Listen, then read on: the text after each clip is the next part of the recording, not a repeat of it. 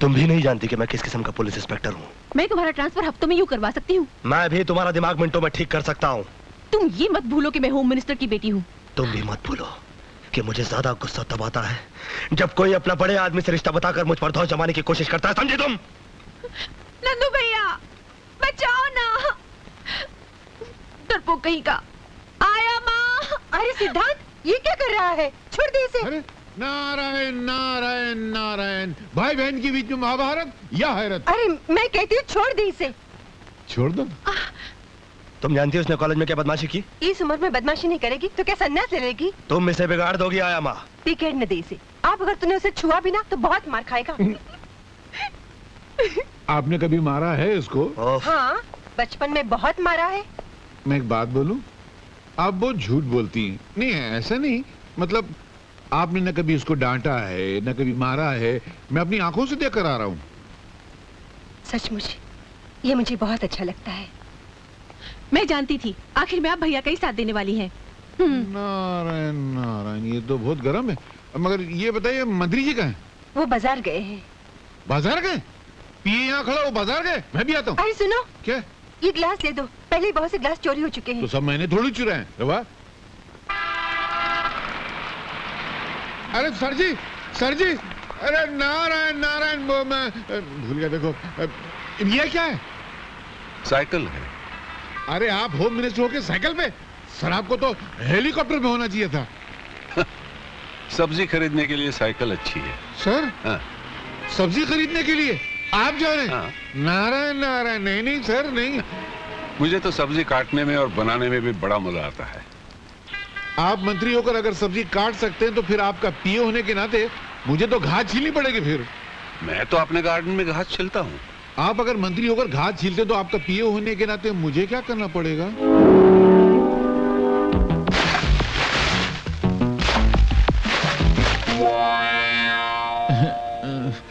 क्या सर, आपका पीए बनने में कितना खुश हुआ था। मैं समझा था कि मैं कैश कमाऊंगा, ऐश में रहूंगा। आपका पीए तो बन गया, मगर लगता है बिना खाए पिए ही मर जाऊंगा। सर थोड़ा कमाना था ना सर। ईमानदारी से जीना सीखो, उससे अगर कुछ बनता नहीं तो बिगड़ता तो नहीं ना। अरे क्या भगवान, मैंने तुझसे कहा था माशूका गद्दार मत देना, मालिक ईमानदार मत देना। तूने दोनों गड़बड़ कर दिया ना। ये क्या मालिक है, एक पैसा कमाने नहीं देता, देख जेब खाली है।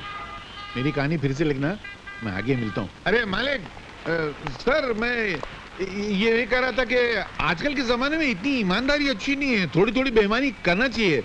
मेरे पिताजी ने कहा करते थे कि ईमानदारी वो गंजा सर है जिस पर नोटों के बाल कभी उग ही नहीं सकते। थोड़ी सी बेईमानी की तेल की मालिश करते रहना चाहिए। तो वे करेंगे ना सर, नहीं तो पैसा नहीं मिला मजा नहीं आएगी। देखो, गलत कमाई करने से कभी कभी सर पे इतने जूते पड़ते हैं कि आदमी सचमुच गंजा हो जाता है। क्या बात करते? हाँ।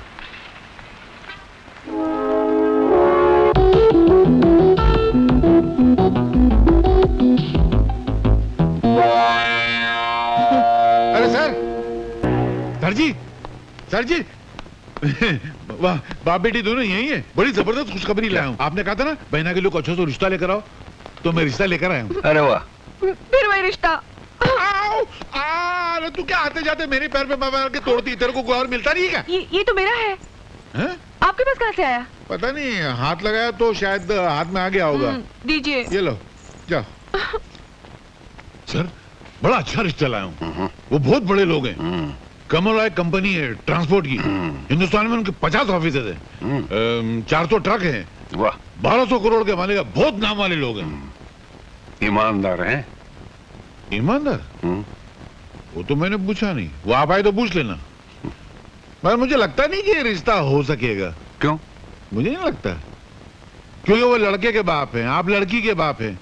और लड़के का बाप लड़की के बाप से जहेज तो मांगेगा, और जैसे ही बाप से जहेज मांगेगा आप उसको इतना लंबा भाषण पिला देंगे और धक्का मार के बाहर निकाल देंगे। कुछ होने वाला नहीं। मैं भी हवा की जमीन पर धुएं की दीवार से किला बनाता रहता हूँ। फिर भी ले आऊं तो बुला के ले आऊं? अच्छा रहेगा, बात हो जाएगा, फ्लॉप तो होने वाली है। मैं भी उल्लू का पट्टा खामा की टेबल टेनिस खेलता रहता हूँ। सेठ जी, सेठ जी, आइए आइए। नमस्ते जी। नहीं मैं नहीं, मैं तो पिए हूँ। उधर हो आप? कहाँ थे इतनी देर से? आइए। सर ये लीजिए। नमस्कार। ये लड़के के बाप है, ये लड़के की माँ है, ये लड़के का मैनेजर है, और ये उसके पिता हैं। नहीं नहीं अंकल, आपने सब गड़बड़ कर दी, उल्टा पुल्टा हो गया। कैसे? लड़का मैं हूँ, अच्छा, ये मेरे पिताजी हैं, जी ये मेरी माताजी हैं, नमस्ते। और ये हमारे मैनेजर साहब हैं। पर तुमने तो कहा था तुम लड़के की माँ हो। मैंने? अच्छा आप लोग बैठिए ना। बैठो, हाँ, बैठो। मैं भी वहाँ बैठ जाता हूँ, सब फ्लॉप तो होने वाला है, आपने क्या करने का? अच्छा, क्या काम करते हो? जी मैं ग्रेजुएट हूँ हम्म, और डैडी के सारे बिजनेस मैं ही संभालता हूँ। अच्छा, हम दोनों पति पत्नी 6 महीने तो तीरथ पर रहते हैं। हाँ जी। अच्छा आप लोग दहेज में क्या लेंगे? हमें बहू के अलावा दहेज में कुछ नहीं चाहिए। जी हमारे लिए सौभाग्य की बात यही होगी कि हमारा रिश्ता आपके यहाँ तय हो जाए। कन्हैयालाल, ओ कन्हैयालाल, हाँ क्या हुआ? फ्लॉप हो गया ना? अरे फ्लॉप नहीं हुआ, मामला तय हो गया। हाँ? हाँ, मिठाई तो खिलाओ सबको। शादी पक्की हो गई? अरे मुबारक हो। लो सर को मिठाई खिलाओ। जल्दी खोलो यार। ये लीजिए। ये तो खाली है। तो तुम क्या खाली डब्बा लेकर आए थे शादी करने के लिए? नहीं नहीं अंकल, वहां से तो भरा हुआ लिए थे हम लोगों ने। बराबर तो मतलब तो क्या मैंने खा लिया? नहीं नहीं मेरा। अरे वाह, देखो सर, ये ईमानदारी का जमाना है। मैं आपके बेटे का यहाँ रिश्ता पक्का करने आया तो बोलता है मैं मिठाई खा गया, कल बोलेगा मैं जहेज खा गया, फिर बोले मैं सुबह सेट खा गया। वाह वाह वाह, शराफत की दुनिया ही नहीं है। कुछ मीठा मीठा तो लग रहा है यार। मैंने खाया था क्या? खामखा बेचारे को डांट दिया। ऐसा नींद में क्यों जाता मालूम नहीं। एक थोड़ी, पहले 6 आना चाहिए। अरे सुनो, हाँ? कोई बकरा आ रहा है, जा तू। जा। मेरी घड़ी कहाँ गई? मुझे क्या मालूम? आपने ही चुराई होगी। क्या मतलब? मेरे जेब में किसी घड़ी निकलती है हाँ। क्या? ये कहाँ से आई? घड़ी दीजिए मेरी। मगर ये नहीं, हाँ लेना यार, घड़ी दीजिए ना। लेना जा। नमस्ते जी। नमस्ते। क्या है? मिनिस्टर साहब घर में हैं? तुमने मिनिस्टर साहब को कभी देखा है? जी नहीं। फिर कैसे पूछ लिया कि मिनिस्टर साहब घर पे हैं? हो सकता है कि मैं ही मिनिस्टर हूँ फिर। खड़े रहो खड़े रहो। मेरा मतलब है कि उनमें और मुझ में कुछ ज्यादा फासला नहीं है। वो मुझ में है और मैं उनमें हूँ। उनमें और मुझ में इतना ही फर्क है जितना मुझ में और मुझ में है, तुझ में और तुझ में है। जी मैं कुछ समझा नहीं। मैं खुद नहीं समझा तो तुमको क्या समझाऊं? बोलो क्या काम है? सर, हाँ? मेरी एक लड़की है। मेरा शादी करने का कोई इरादा नहीं है। मैं शादी की नहीं, हाँ।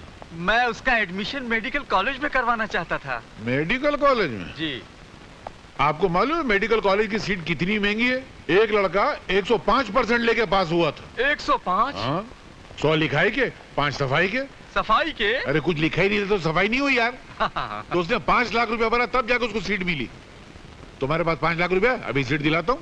सर 5 लाख रुपए तो मैंने कभी सपने में भी नहीं देखे। सपने में भी नहीं देखे? भिखारी लगता है। चलो, मेरे दिल में रहम है, मैं तुम पर रहम खाता हूँ। 1 लाख रुपया तो सीट दिला देता हूँ। सर मैं जिस मोहल्ले में रहता हूँ ना, वहाँ के तमाम मकान बेच दिए जाएं।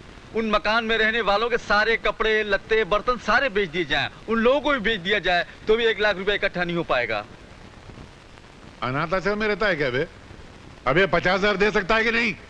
सर 40 साल हो गए मुझे नौकरी करते करते, अब तक मेरे प्रोविडेंट फंड में 50,000 नहीं जमा हो पाए। साला, अबे 5,000 देगा? मेरी औकात नहीं है।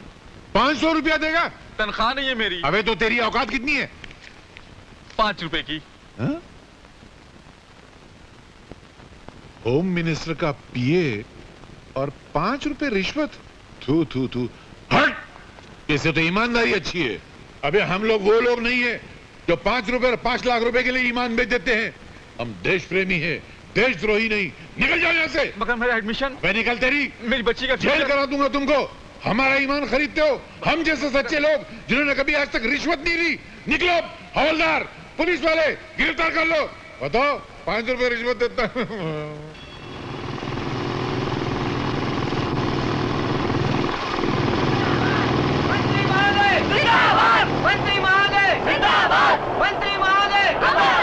अरे मंत्री जी आगे चलिए। मंत्री महोदय, मंत्री महोदय। एक हार तो दो ना। अच्छा थोड़ा फूल तो दो। अरे क्या कंजूस लोग हैं, मेरी चमचागिरी तो रह गई। मैं मंत्री जी के हार कहाँ से लेके जाऊँ? अरे मेरा हार कहाँ गया? आपके आपके पास मेरा हार कैसे आया? उड़ के मेरे पास पैसे नहीं थे ना तो अब मैं क्या मंत्री जी को पहनाऊंगी?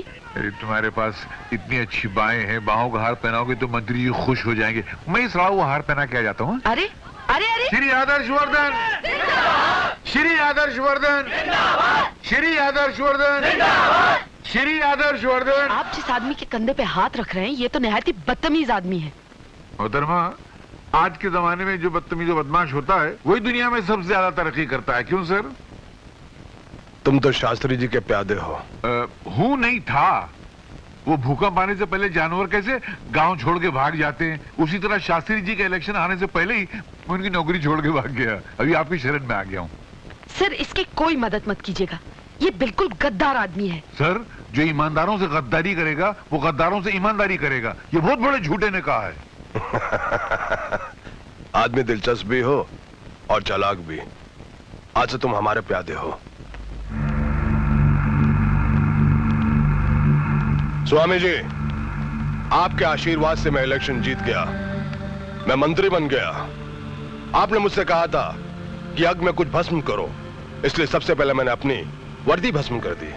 फिर आपने मुझसे कहा था कि बेटा तुम्हारे पास जो भी अस्त्र शस्त्र हो उसका इस्तेमाल करो, इसलिए मैंने बाबूजान और रोजी के गुंडों का इस्तेमाल किया और इलेक्शन जीत लिया। और ये मंत्री जी की तरफ से आपके हुजूर में 38 लाख का नजराना। लेकिन मैंने तो 40 दिए थे। 2 लाख का बैग भी लिया ना? 2 लाख आ गया ये क्या? नहीं, बैग लिया 2 लाख का। नारायण नारायण नारायण, आपने बिल्कुल सच कहा। इन्होंने भी इलेक्शन जीतने के लिए गुंडागर्दी की, बम मारे, बूथ कैप्चरिंग की, पता नहीं क्या क्या कर डाला इन्होंने। आप ये मत समझना कि मैं आपके जख्मों पर नमक छिड़कने के लिए आया हूं। आप मेरे पुराने मालिक हैं और आप ही की कुर्सी मुझे मिली है। मैं तो यहां पर सिर्फ आपका आशीर्वाद लेने आया हूं।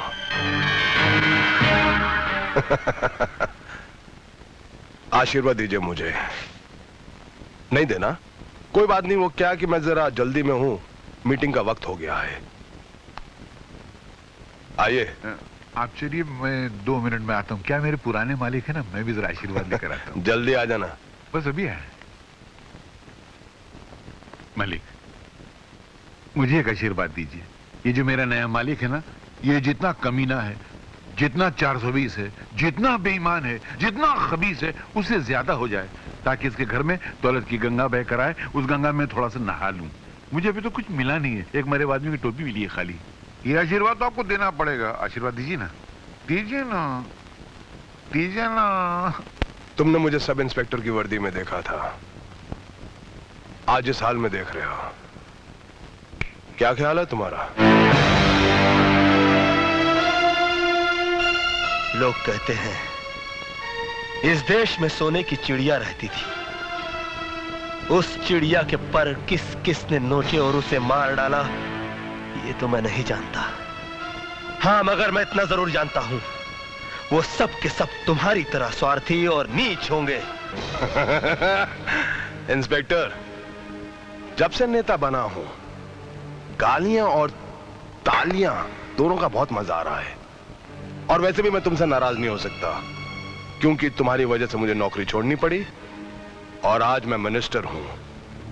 इंस्पेक्टर, तुम्हारा श्राप मेरे लिए वरदान बन गया। मेरा श्राप हमेशा तुम्हारे लिए श्राप रहेगा। चोला और कुर्सी बदल जाने से आदमी की जन्म कुंडली नहीं बदलती। और एक बात याद रख लो कि चोले और कुर्सी के साथ साथ अगर तुमने अपना बर्ताव नहीं बदला तो जो खेल मैंने तुम्हारे साथ बंद कमरे में खेला था वो मुझे सरेआम खेलना पड़ेगा। वो खेल तुम बंद कमरे में इसलिए खेल सके इंस्पेक्टर, क्योंकि तुम्हारे सर पर तुम्हारे बाप का साया था और उस वक्त तुम्हारा बाप होम मिनिस्टर था। लेकिन अब मिस्टर आदर्शवर्धन, सिपाही को किसी साये की जरूरत नहीं होती। वो चलचलाती धूप में भी अपने दुश्मन पर टूट पड़ते हैं। बहुत गुर्रा रहा है, लेकिन याद रख इंस्पेक्टर, एक दिन मैं तुम्हें अपने पीछे पीछे कुत्ते की तरह दुम हिलाने पे मजबूर कर दूंगा।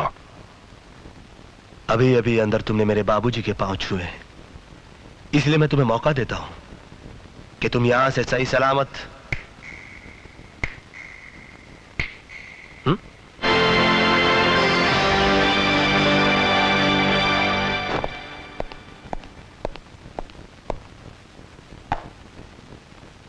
मिस्टर सिद्धांत, आजकल हर मिनिस्टर की सिक्योरिटी पर सरकार बहुत ध्यान दे रही है। एक नए मंत्री जी ने अपने बॉडीगार्ड के लिए तुम्हारा नाम दिया, जिसे हमें मानना ही पड़ा। कल से तुम उनके बॉडीगार्ड रहोगे। वो मंत्री हैं श्री आदर्श वर्धन। लेकिन याद रख इंस्पेक्टर, एक दिन मैं तुम्हें अपने पीछे पीछे कुत्ते की तरह दुम हिलाने पे मजबूर कर दूंगा।